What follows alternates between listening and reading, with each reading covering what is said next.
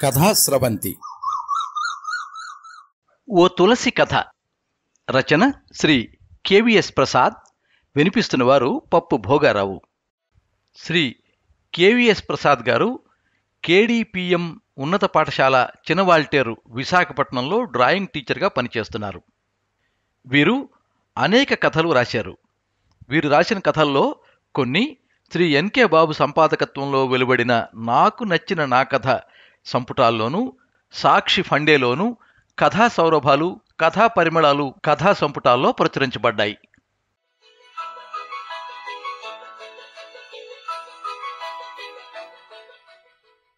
కొంతకాలంగా చూస్తున్నాను, కార్తీక్ కౌగిలింతలో ఇదివరకటి బిగి లేదు. అతని కళ్ళలో ఇదివరకటి కోరిక లేదు, ఇదివరకటి ఉత్సాహం లేదు. ఈ మధ్య మొక్కుబడిగా యాంత్రికంగా ఉంటున్నాడు. అయినా 2 వారాలుగా తన జాడ కూడా లేదు, ఏ కబురు లేదు. ఎంత పిచ్చిదాన్ని నేను, ఎంత వెర్రితనం నాది! నా గురించి నాకు తెలియదా? నాలో అందమా, కులుక, గడుసుతనమా, మాటకారితనమా, చదువా, చతురత ఏముంది కనుక తనని కట్టిపడేయడానికి? నాకు తెలిసి తను ఏమి చేసినా నేను వద్దంలేదు, ఏమి కోరినా నేను కాదనలేదు. అయినా తనను తృప్తిపరచలేకపోయానా? నాకు చేత కాలేదా? ఇంతలోనే మొహం మొత్తేశానా? 4-5 నెలలకే పాతపడిపోయానా అని స్వగతంగా తనలో తాను అనుకుంటూ వరదలవుతున్న కళ్లను తుడుచుకుంటోంది తులసి.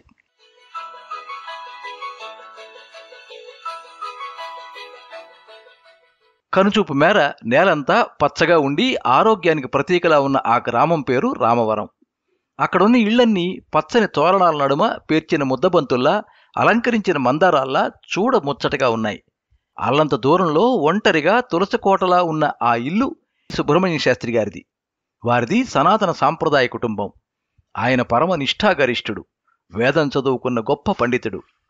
ఆయనది గంభీరమైన స్వరం, తీక్షణమైన చూపున్న చెయ్యెత్తు మనిషి, నిఖార్సైనోడు, ఏ మలినం అంటని నిప్పు లాంటి మనిషి. అందుకే ఆయనంటే గ్రామస్తులందరికీ భక్తి, గౌరవం. ముహూర్త, జ్యోతిష, వాస్తు శాస్త్రాలను ఔపోసన పట్టిన మహాపండితుడు. రామవరానికే కాకుండా ఆ చుట్టుపక్కల గ్రామాల్లో ఏ కార్యానికైనా శాస్త్రిగారే ముహూర్తం పెట్టాలి. బారసాల దగ్గర నుంచి నామకరణం, అక్షరాభ్యాసం, ఉపనయనం, పెళ్లి, ఉద్యోగం, వ్యాపారం, గృహప్రవేశం, దేనికైనా ఆయనే ముహూర్తం పెట్టాలి. ఆయన పెట్టిన ముహూర్తానికి ఎదురు లేదని, అది శుభప్రదం అవుతుందని ఆ గ్రామస్తులకు గట్టి నమ్మకం.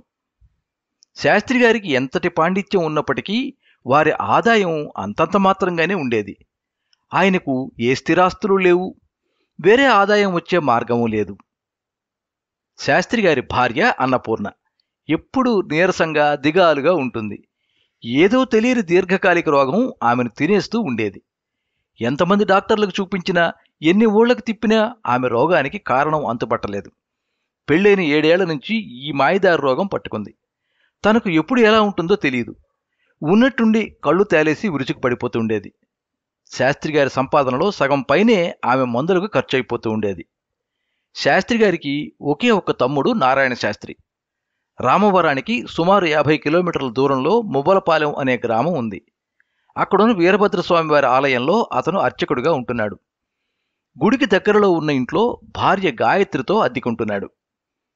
సుబ్రహ్మణ్య శాస్త్రి గారి సంతానం ఒక కొడుకు, ఒక కూతురు. కొడుకు ప్రకాష్, కూతురు తులసి. రామవరంలో హైస్కూల్ వరకే ఉంది. అందువల్ల ఆ గ్రామంలో 10వ తరగతి వరకు చదివే అవకాశమే ఉంది. పై చదువులకు కాలేజీకి వెళ్లాలంటే సుమారు 20 కిలోమీటర్ల దూరం వెళ్ళాలి. అంత దూరం పంపడం ఇష్టం లేక లలితా శాస్త్రం, స్త్రీల వ్రతకథలు చదువుకుంది. అది చాలదా, అంతకుమించి చదువెందుకు ఆడపిల్లకు అని తులసిని హైస్కూల్ చదువుతూనే ఆపేశారు. కొడుకు ప్రకాష్ని మాత్రం పట్నం పంపించి ఇంజనీరింగ్ డిగ్రీ వరకు చదివించారు. ప్రకాష్కి ఎలిమెంటరీ స్కూల్ మొదలుకొని ఇంజనీరింగ్ వరకు ఉన్న ఒకే ఒక స్నేహితుడు కార్తీక్. మంచోడు, నమ్మకమైనోడు. కార్తీక్ ఇల్లు కాలేజీకి, ప్రకాష్ ఇంటికి మధ్యలో ఉండేది. అందువల్ల ప్రకాష్ కాలేజీకి వెళ్లే ముందు, వచ్చే ముందు కార్తీక్ ఇంట్లో చాలా సమయం గడిపేవాడు. పరీక్షల ప్రిపరేషన్కి కార్తీక్ ఇంట్లోనే ఇద్దరూ కంబైన్డ్ స్టడీ చేసేవారు. తరచుగా కాకపోయినా కార్తీక్ కూడా ప్రకాష్ ఇంటికి వస్తూ పోతూ ఉండేవాడు.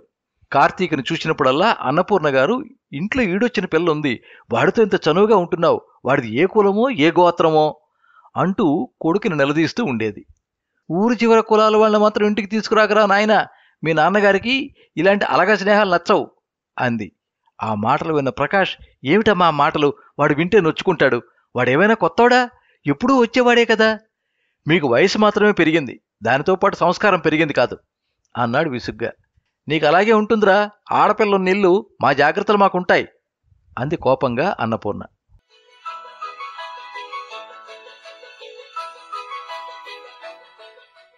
ఒరే ప్రకాష్, చదువు పూర్తయి 4 సంవత్సరాలైంది, మంచి ఉద్యోగం కూడా చేసుకుంటున్నావు, ఇంక ఈ లైన్లో పెళ్ళే మిగిలింది. సుశీల సంగతి ఏం చేశావు? మీ ప్రేమ వ్యవహారం మీ నాన్నగారికి చెప్పావా? ఆయనకి ఎలా చెబుతావో గాని ఒప్పుకుంటారని నాకైతే ఏమాత్రం నమ్మకం లేదు. ఈ విషయంలో నాకు ఏ విధమైన రాయబారి పాత్రలు ఇవ్వకరా నాయనా, నీకు దండం పెడతాను. మీ నాన్నగారంటే నాకు మామూలు భయం కాదురా బాబు అన్నాడు కార్తీక్. సంప్రదాయం, కులం, గోత్రం, పరువు, ప్రతిష్ట అనే పాకులాడే ఛాందస్సులని ఎలా ఒప్పిస్తావు? కులమన్నా మతమన్నా చిరాకు నీకు. మనిషిని మనిషిలే ప్రేమించాలంటావు నువ్వు. యాక్సిడెంట్లో తల్లిదండ్రులను పోగొట్టుకుని అనాథాశ్రమంలో ఉంటున్న కడజాతి అమ్మాయిని మీ వాళ్ళు ఎలా ఒప్పుకుంటారనుకున్నావురా? ఆలోచించు. ఆదర్శం, అభ్యుదయం అంటూ లేనిపోని గొడవలకు పోకుండా ఇంతటితో వదిలేయి అంటూ ఓ ఉచిత సలహా పడేశాడు కార్తీక్. సుశీల మనం కలిసి చదువుకున్నాం, కలిసి తిరిగాం, వదిలించుకోవడానికి కాదు నేను ప్రేమించింది. ఎవరవనన్నా కాదన్నా ఈ పెళ్లి జరిగి తీరుతుంది అన్నాడు ప్రకాష్.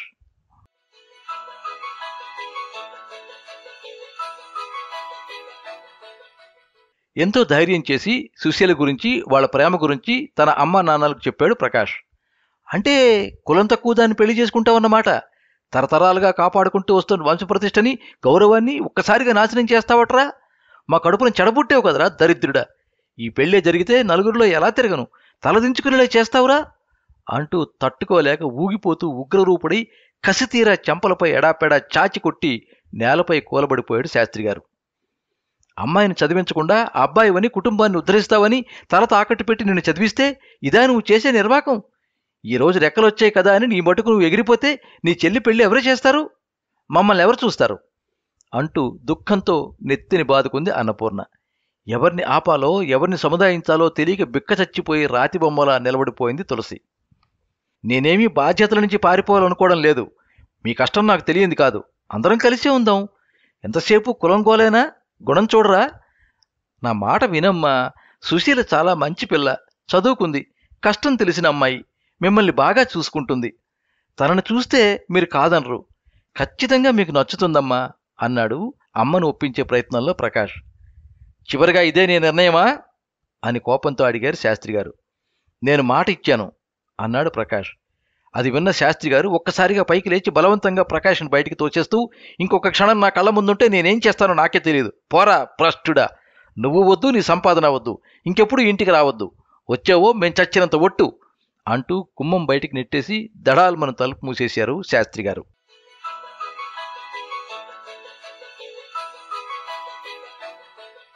ప్రకాష్ కొలీగ్స్ మరికొంతమంది స్నేహితులు అండగా నిలబడి సుశీల ప్రకాష్లకు ఆదర్శ వివాహం జరిపించారు. ప్రకాష్కు బాబాయిపై ఉన్న ప్రేమ వల్ల, చనువు వల్ల, బాబాయికి తనపై ఉన్న వాత్సల్యం వల్ల మమ్మల్ని మన్నించి తప్పకుండా ఆశీర్వదిస్తాడనే నమ్మకంతో బాబాయ్ ఇంటికి బయలుదేరారు కొత్త దంపతులు. ప్రకాష్ ఆశించినట్టుగానే పిన్ని బాబాయిలిద్దరూ నూతన దంపతులను నిండు మనసుతో ఆశీర్వదించారు. పిల్ల మహాలక్ష్మిలా ఉందిరా అంటూ సుశీలను ప్రేమగా దగ్గరకు తీసుకుంది ప్రకాష్ పిన్ని. ఇంకా నయం, ఇక్కడికే వచ్చారు. ఇలాగే మీ ఇంటికి వెళ్ళుంటే ఏ ఘోరం జరిగేదో. నేను మిమ్మల్ని ఆశీర్వదించానని తెలిస్తే నా పరిస్థితి ఏమిటో అని అన్నయ్యను తలుచుకుని భయపడిపోయాడు నారాయణ శాస్త్రి. కొత్త దంపతులను గుడికి తీసుకెళ్లి వాళ్ల పేర అర్చన చేశాడు. వీలైనప్పుడల్లా వస్తూ ఉండండి అంటూ ప్రసాదం ఇచ్చి సాగనంపారు పిన్ని బాబాయిలు.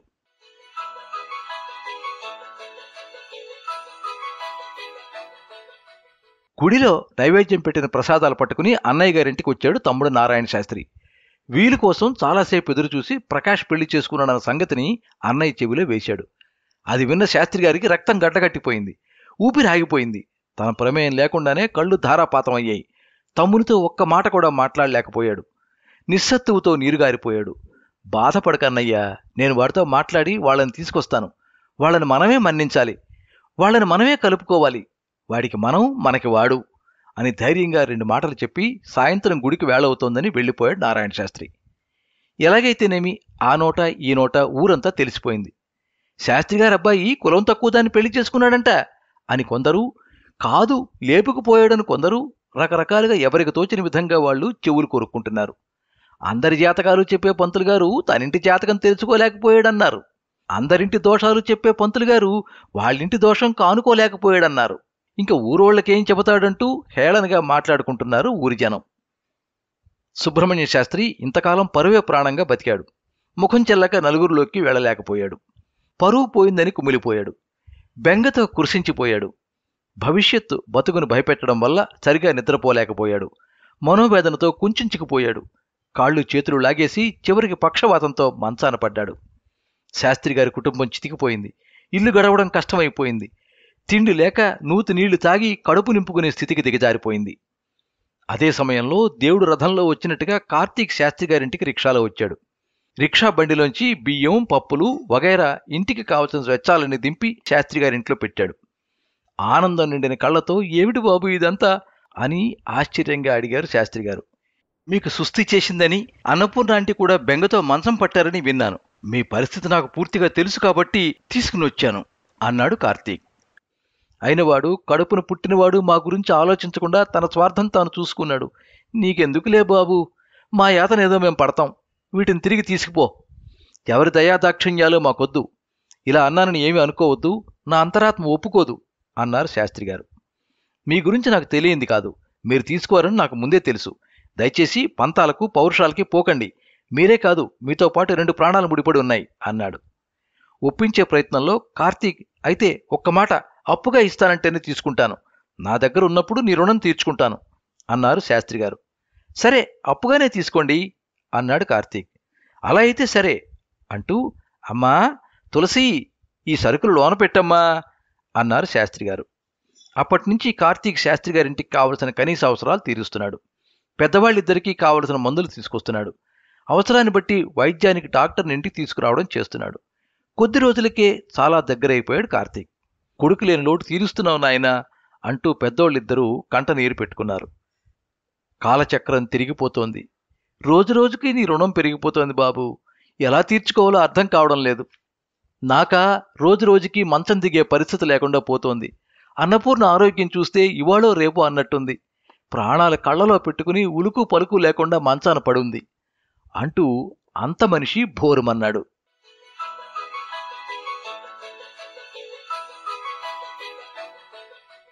"తులసి, నిన్ను ఆకలితో చూడలేకే నేను ఇదంతా చేస్తున్నాను. కేవలం నీకోసమే చేస్తున్నాను. నువ్వంటే నాకు చాలా ఇష్టం. ఈ విషయం ఎప్పుడూ చెబుదాం అనుకున్నాను. నాకు సరే, నీకిష్టం ఉండాలి కదా" అన్నాడు కార్తీక్. "నీలాంటి ఉత్తముణ్ణి మా నాన్న చెప్పే పురాణ కథల్లో విన్నాను. ఇప్పుడు ప్రత్యక్షంగా చూస్తున్నాను" అంది తులసి. "నీ రుణం మేము తీర్చుకోలేము" అంది. "అంత మాట అనకు" అంటూ దగ్గరగా వచ్చి నడుమును చుట్టుకున్నాడు. "మీ అన్నయ్య మిమ్మల్ని కాదని కాళ్లదన్ని వెళ్ళిపోయాడు. నేనలాంటి వాణ్ణి కాదు. నిన్ను పెళ్లి చేసుకుంటాను. నన్ను నమ్ము" అన్నాడు. ఆ మాటకి తులసి నిలువున ఒళ్ళు మరిచిపోయింది. సెగ తగిలిన వెన్నపూసలా అతని బిగి కౌగిలిలో కరిగిపోయింది. అప్పటినుంచి ఉదయం పూట వచ్చే కార్తీక్ మెల్లగా దొంగల రాత్రిపూట అందరూ పడుకునే వేళకి దొడ్డిదారిని రావడం మొదలెట్టాడు. అప్పటినుంచి ప్రతి రాత్రి వసంతరాత్రిలా మారిపోయింది. ఎప్పుడూ కన్నీళ్లే నిండిన తులసి కళ్ళు కొత్తగా రంగురంగుల కలలు కనడం నేర్చుకున్నాయి. ఇలా అన్ని రాత్రులు పులకరించిన మనసుతో, పరవశించిన తనువుతో హాయిగా సాగిపోతున్నాయి. అనుకోకుండా ఆ రోజు రాత్రి కష్టపడి కర్ర సాయంతో మంచినీళ్ళకని లేచాడు శాస్త్రిగారు. ఊహించని పరిణామానికి హతాశుడయ్యాడు.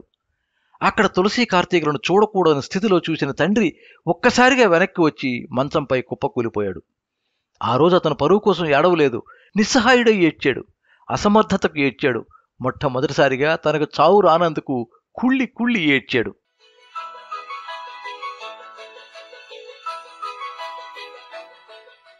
"రా బాబాయ్, బాగున్నావా?" అని అడుగుతూ కూర్చోముని పీట వేసింది తులసి. టీ తీసుకొచ్చి బాబాయికి ఇచ్చింది. నెమ్మదిగా తులసిని పిలిచి, "నీకో విషయం చెప్పాలమ్మా. మీ నాన్నకు తెలియకూడదు. మీ నాన్నకి తెలిస్తే అగ్గైపోతాడు. నీ మనసులోనే ఉండాలి సుమా. ఈ ఇల్లు గడవడానికి మీ అన్నయ్య వాడి స్నేహితుడు కార్తీక్కి ప్రతి నెల డబ్బులు పంపుతున్నాడట. అందుతున్నాయా? ప్రకాష్ మొన్ననే మా ఇంటికి వచ్చి ఆ విషయం చెప్పాడు. ఈ వారంలో కార్తీక్కి పెళ్ళంట. నీకు తెలిసే ఉంటుంది. ఉద్యోగం కూడా వచ్చిందంట. పెళ్ళవగానే భార్యను తీసుకుని బెంగళూరు వెళ్ళిపోతాడంట. కార్తీక్ మీ ఇంటికి దగ్గరగా ఉంటాడని ఇంతకాలం డబ్బులు వాడికి పంపాడంట. కార్తీక్ వెళ్ళిపోతాడు కాబట్టి ఇక నుంచి దూరం అనుకోకుండా వీలు చూసుకుని తులసికి డబ్బులు నువ్వే అందించాలి బాబాయ్" అన్నాడు నాతో ప్రకాష్. బాబాయ్ మాటలు వింటున్న తులసి మెదడు మొద్దుబారినట్టయింది. కలలు కంటున్న కనులను చిదిమేసినట్టయింది. తనను కార్తీక్ గురిచూసి గుండెలపై తన్నినట్టయింది. ఈ పాడు లోకంలో ప్రేమ అబద్ధం, అవకాశం నిజం అన్న పచ్చి నిజాన్ని తెలుసుకున్న తులసి తట్టుకోలేక కుమిలి కుమిలి కుండపోతగా ఏడుస్తోంది.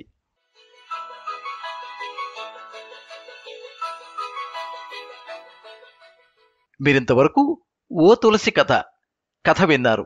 రచన శ్రీ కెవిఎస్ ప్రసాద్, వినిపించిన వారు పప్పు భోగారావు. ఈ కథ శ్రీ ఎన్కే బాబుగారి సంపాదకత్వంలో వెలువడిన కథా పరిమళాలు కథా సంకలనంలో ప్రచురించబడింది. ఈ వీడియోని లైక్ చేయండి, మీ మిత్రులందరికీ షేర్ చేయండి. ఇలాంటి మరిన్ని మంచి కథలు వినిపించడానికి ఈ ఛానల్ని సబ్స్క్రైబ్ చేసుకోండి. పక్కనే ఉండే బెల్ ఐకాన్ని క్లిక్ చేస్తే ఇలా అప్లోడ్ చేసే వీడియోల వివరాలన్నీ కూడా మీకు ఎప్పటికప్పుడు నోటిఫికేషన్ ద్వారా తెలుస్తాయి. ఎప్పుడు మీ అభిమానాన్ని కోరుకునే పప్పు భోగారావు. సర్వే జనాః సుఖినో భవంతు. కథా స్రవంతి.